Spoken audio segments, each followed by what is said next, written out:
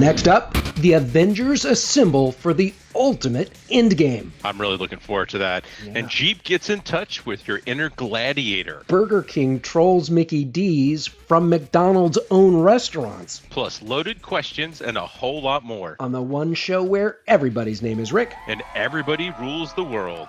Hello. Welcome, Rick. Hey, how you doing? Welcome, Rick Wooten. Been a while. I'm so sorry. I've been sick the last couple of weeks. I'm sure I'm going to be coughing in this episode, so apologies ahead of time. Yeah, and we also had the Thanksgiving break, so, it ended up extended it a little bit, but I'm looking forward to getting back on the wagon and doing these podcasts again. Yes, me too. I got to tell you on that note, it's unusual. I'm uneven each year, but this year I completely got in the Christmas spirit the weekend of Thanksgiving. We put up all our lights and Christmas tree, yada, yada, yada, and was listening to Christmas tunes for like a week. And then nice. Completely dropped out. Now it's like, God, I'm running out of time for gifts and, that kind of thing. How about you? Are you in the Christmas spirit yet? Yeah. I got my tree up. Now, I have to say last year I did, do the cheat thing.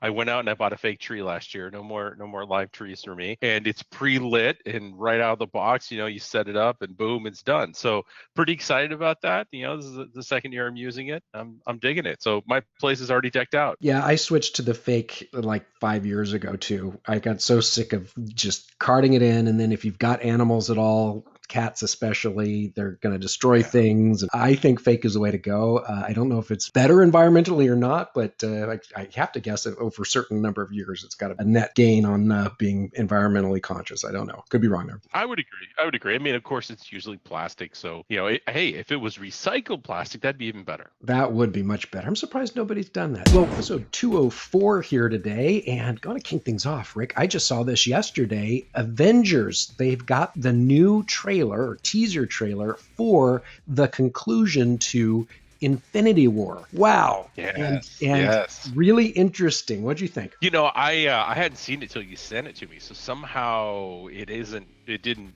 get around as much as I thought it would. I dug it. It started out really dark, and it kind of evolved and showed Tony Stark kind of what's happening with him after the last movie. We have Tony Stark in space kind of wondering what his fate is going to be, and we see Steve Rogers and Natasha, Black Widow, and then we see Scott Lang, aka Ant-Man, knocking on their door saying, "Hey guys, let me in." Now, that kind of surprised me. Back in July when we reviewed Ant-Man and the Wasp, we started to speculate about Ant-Man and his role in what is going to be the Endgame movie here. And now we see he is involved. Back in July, we were speculating if the quantum realm where we last saw him was going to play some role in taking on Thanos, or Janet Van Dyne, the original Wasp, she had gained new powers, if somehow she was going to be the secret to taking on Thanos. So I was floored when they had him at the very end. Totally surprised. Absolutely. And there's a couple other things this week. So Venom, you said something about that earlier. So it was a bigger hit than we realized? Absolutely. So, you remember kind of coming into it, it's like, I don't know, Venom looks kind of interesting, but at the same time, I'm not super excited about it. There's no Spider-Man in it, da-da-da-da.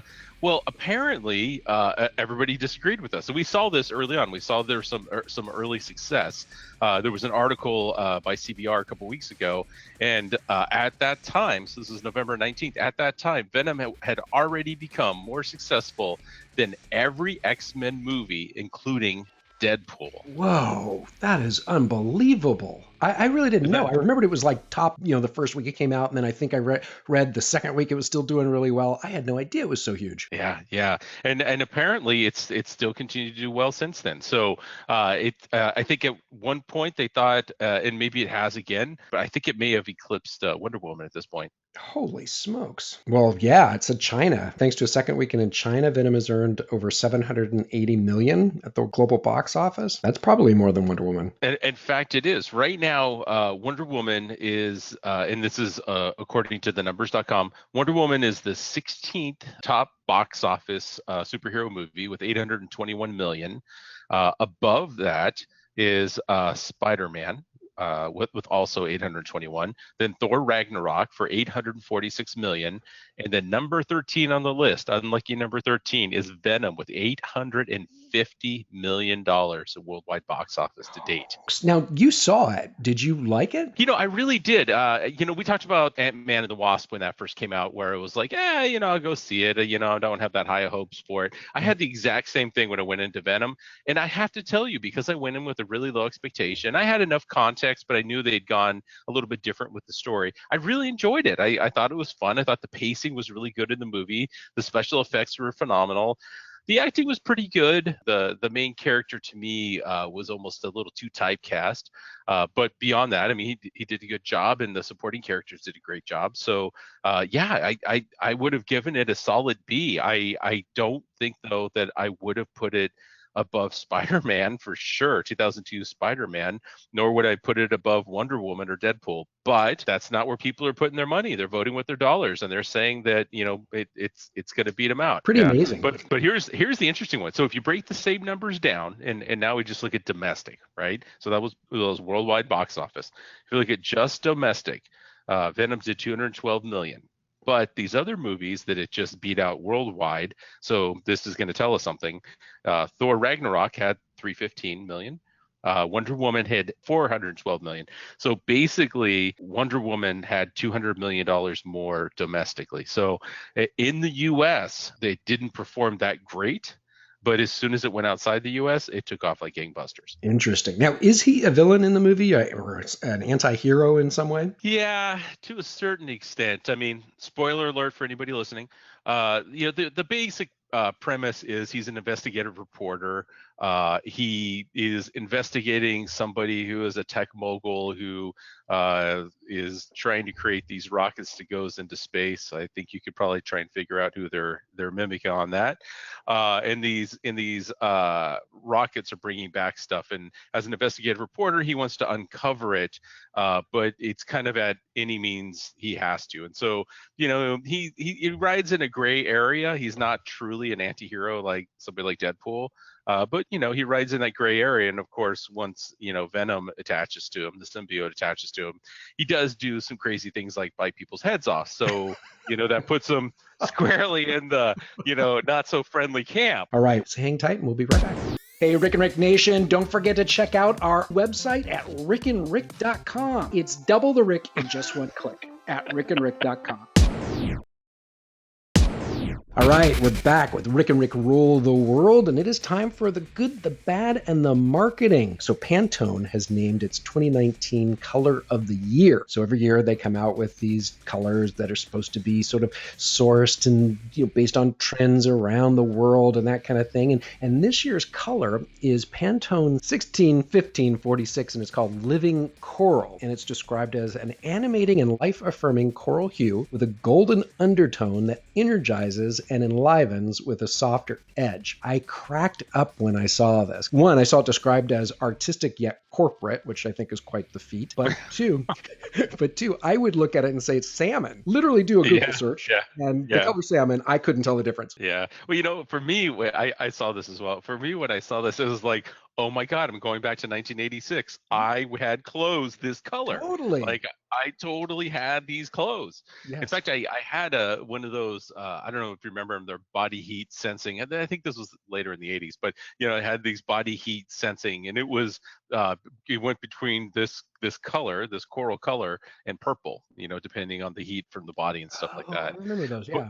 Yeah. So anyway, so for me, this was almost like a flashback. Now, I have to say, though, I kept staring at this, and I can't see the gold. I think they just made that up. I think there is no gold undertone here. Yeah. This is pink. This is, this is coral. This is salmon. Yep. This is not gold. There's no gold in this. I see no gold. I can't even push and try and find it. Slate, the way they described it was kind of harsh. They said they called it the latest hilarious misfire in Pantone's history of awkward wokeness attempts. And it pointed out that the 2018 color of the year was ultraviolet, both the color of a bipartisan electorate, takes two shades that are seemingly diametrically opposed, blue and red, and brings them together to create create something new. And then 2017's color was greenery, which they also described as life affirming. So the same adjective there. I don't know. Bunch of BS. Yeah, yeah. Well, let's not forget the 2016 color was rose quartz, which Ah, was basically a lighter version of this one. I remember that. Yeah, I thought there was something recent where it was close to that. It was a little pinker, if I remember correctly. It was a little pinker, definitely a lighter shade, a little more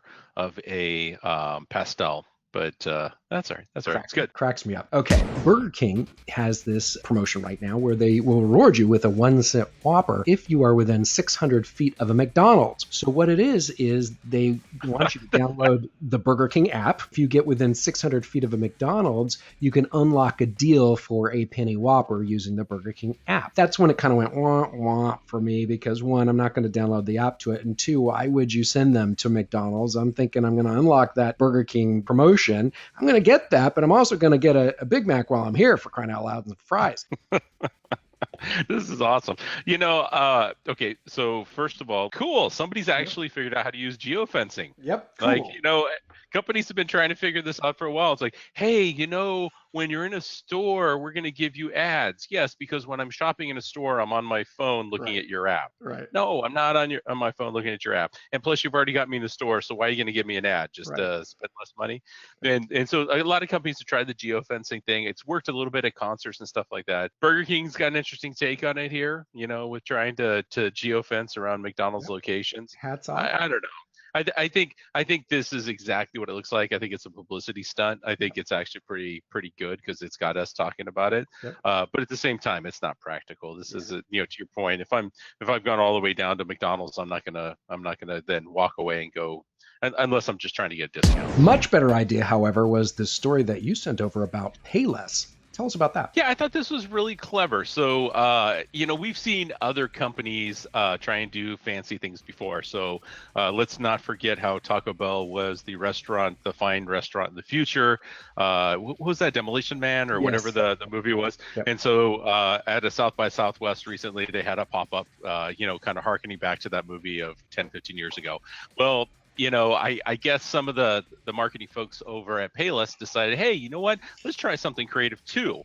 And so what they did is they did a pop-up store. I think this was in LA. It was in an old Armani exchange, and the name of it looks like Palessi. Yes, like fancy way of saying Payless, right? Mm-hmm. So we joke about this, if you go to a Target, it's on the good side of town, it's a Target. If you go to a Target, it's on the bad side of town, it's a Targetto. Right. And, everything else in between. So I think they kind of, stole a little bit of inspiration from that and, Paylessi or whatever it is. So anyways, I thought it was really clever. So what they did is they had shoppers come in and they took their $25, $50, whatever shoes, and they marked them up to $200, $300, $400, and then had people come in, try them on, had this full white glove experience.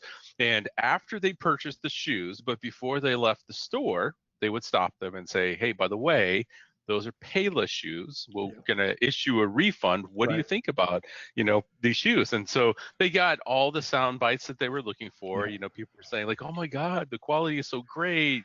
They're so comfortable. I really thought these were high-end designer shoes. And anyways, it was absolutely clever. And it's a great way for this brand to kind of pop up and be relevant to us again. What a great idea. I hope they do a video of all that because, and not just use the testimonials for regular Payless. I'd love to see this as a prank advertisement just along these lines because I think that is brilliant. I mean, that goes to brand right there, right? If people perceive it as being this high-end brand, those $20 shoes are suddenly worth $400. That's right. And, who was it? I forget. Somebody said the value of something is whatever somebody's willing to pay. Exactly. And one guy coming out of it, because I could tell that it's made with high quality material. Exactly.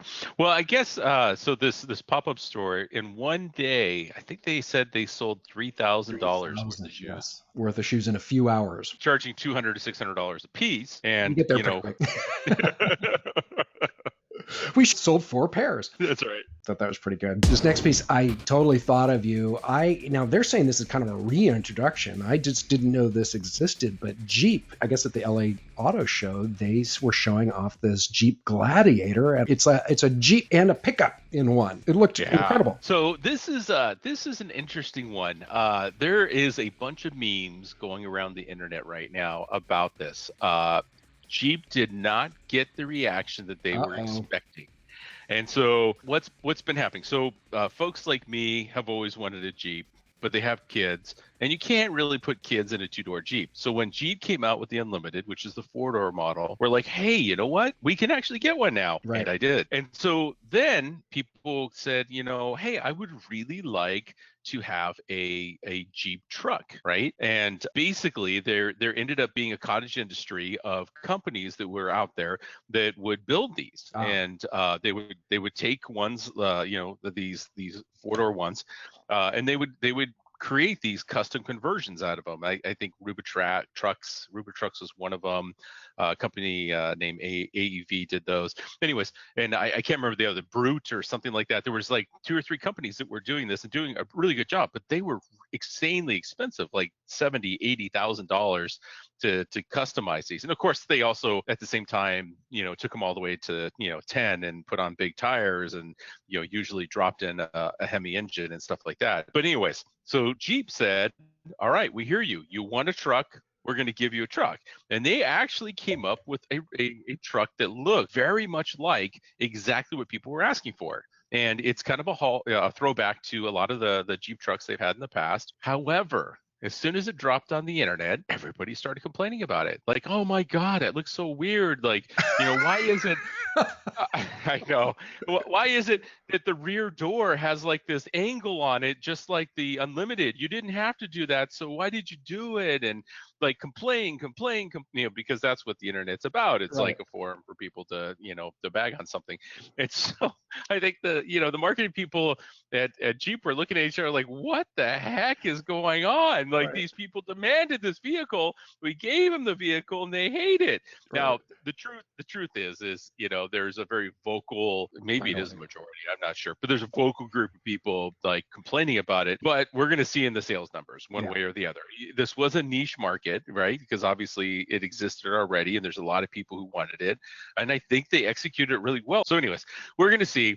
I know that there's been a lot of crapping on it, but I think it looks pretty cool. I don't know that I would go get one myself, but maybe if I didn't already have mine, I would consider it. Yeah, I think it looks kind of cool. All right. Last thing for this segment is the Red Cross holiday ad. I don't know if you follow the John Lewis ads. This year's didn't really do anything for me, but they're usually ones that get you kind of verklempt. And this Red Cross holiday ad was phenomenal. It shows Santa kind of bewildered. He's wandering kind of in a stupor through this war zone, and he seems to be looking for something. And in the background, we hear Happy Holidays from, I think it's from the movie Holiday Inn. And we see that he's looking around for something. He's going through these war-torn buildings. Bullets are flying everywhere. And we find that he's looking for a small girl who's crying in the corner of this room in this blown-out building. She holds out her hand, but then we see that he was just a figment of her imagination. And the on-screen text reads, "The only gift some children want this Christmas is their family." Then with no sound, we see her running into her mother's arms. And then the on-screen text reads, "Every year we reunite hundreds of families torn apart by conflict, migration, and natural disaster. Help us help more." I thought this was just a sucker punch. Yeah, the first time I watched this and I didn't have any context, I thought it was going to be a drug commercial. I thought that there was some Santa tripping on LSD, wandering the streets, having I like your version better. So I didn't quite get it at first. I started wondering if it was like a movie trailer, and then finally towards the end, it all came together for me, and I too had an extreme emotional reaction. But it kind of made me feel bad about Christmas. Which I don't know if that was their intention or not. It's like, well, should I not celebrate Christmas now? Because and so anyways, so I love the work that Red Cross is doing. I'm not, and I think this commercial, especially with my second watch, was incredibly powerful and emotional evoking. Yeah. I think it seems like it's kind of crapping on Christmas a little bit, which kind of threw me off. Interesting. But Interesting. uh, That's an you know, interesting note. Yeah, no, I think that they were just trying to capitalize on Christmas in the same way that, like USA for Africa and those, groups have done, where they're like, hello, while you're celebrating, you could be helping us help these people. Not exactly. feeling guilty about it, but just, remembering that, boy, you've got it way better than you think. And could you help us help these guys and gals? That's true. That's true. Well, and I think it's a good message to give. I really do. All right. Well, when we come back, it is time for Loaded questions. Stay tuned. All right, we are back with Rick and Rick Rule the World, and it is time for Loaded questions. This is the segment of the show where we pose questions about recent developments and trends in the worlds of media, marketing, pop culture, and tech. And Rick Wooten plays in studio, and you folks can play at home or in the car or wherever you listen to Rick and Rick Rule the World. All right, you ready to play Loaded questions. I'm as ready as I'm ever going to be. I'm not going to get any more ready than I am at this moment.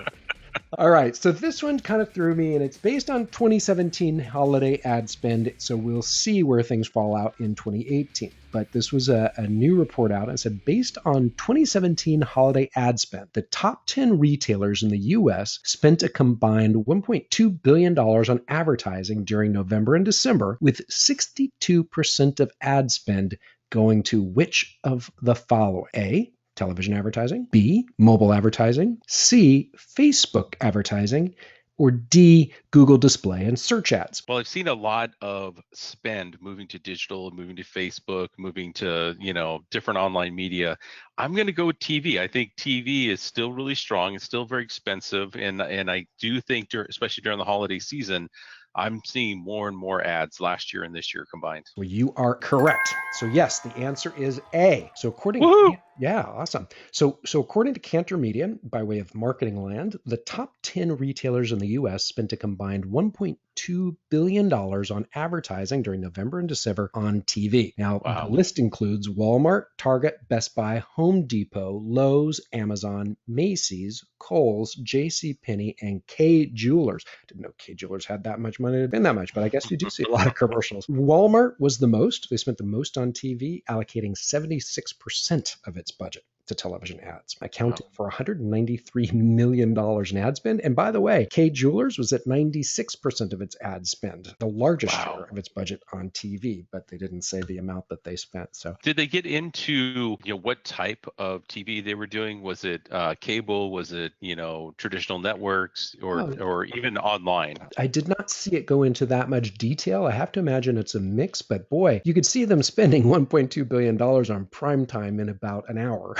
Because you're seeing a lot of commercials. You're right, this year especially, it seems like there are a lot of commercials whenever you turn on primetime TV. Obviously, you can buy a lot more if you're going on cable. Okay, so which of the following is not considered to be one of the top SEO trends that will matter most in 2019? A, mobile first indexing, B, page speed, C, social likes, or D, Amazon search? Ooh. Which of these is not? What was the first one again? Mobile first indexing. Oh, wow. Those are all really good ones. I'm not sure. The tough one. I would say if I'm going to rank those, I would guess that mobile first would be at the bottom. I think a lot of people are already there, so I don't think that's something they're focusing as much on. The correct answer was C, social likes. And this is, again, via Marketing Land. They say that the 5 SEO trends that will matter most in 2019, in their view anyway, is mobile first indexing. So I guess Google uses the mobile version of your page for indexing and ranking. It's not mobile only. I guess starting this last March, they started the process of migrating sites to mobile first index. 2 is page speed. So desktop page loading time has been a ranking factor for a while. In July, it got a twin sibling. The mobile pages speeds becomes a ranking factor for mobile, which I find interesting. And then 3 is brand as a ranking signal. And this was where I pulled in social likes because I thought it might be this, and apparently it's not. Google uses online brand mentions in its search algorithm. There's 2 ways that it can use a brand as a ranking signal. First is through unlinked brand mentions. The search engine learns that your brand's an entity out there, and then it analyzes all the properties mentioning it. Google gets a better picture of your authority in a particular field that way. And then second, each component's sentiment and context matters.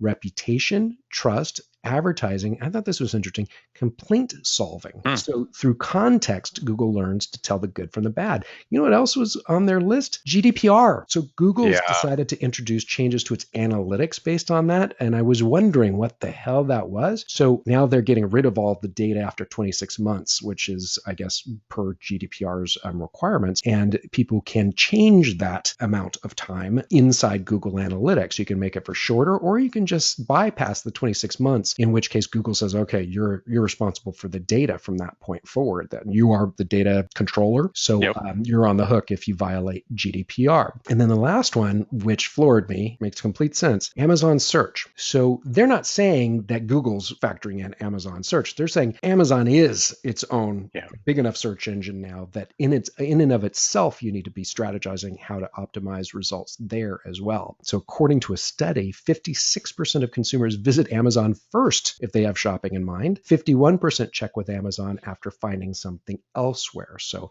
you really do need to be paying attention if you are a retailer selling product, how you're ranking within Amazon. So I thought that was pretty interesting. It is interesting to think that a retailer is so much of a source of information for people, regardless of whether or not they're buying there. Because that was one of the things. There was a survey that was done, and people would say, well, yeah, I'm going to go to the store and buy it, but I'm going to look for it on Amazon first so that I can look at the reviews, so I can look at the information about it before going into the store and buying it. Interesting. Well, and also when you look at advertising, holy smokes. I think now they're up to $2 billion a quarter or something for advertising on Amazon. Just incredible. And I've heard it's not exactly user friendly. It's not like you can target really well yet, but they're making a fortune. So yes, they are. And they charge you for those search results. It's a lot more pay to play than a Google ever was.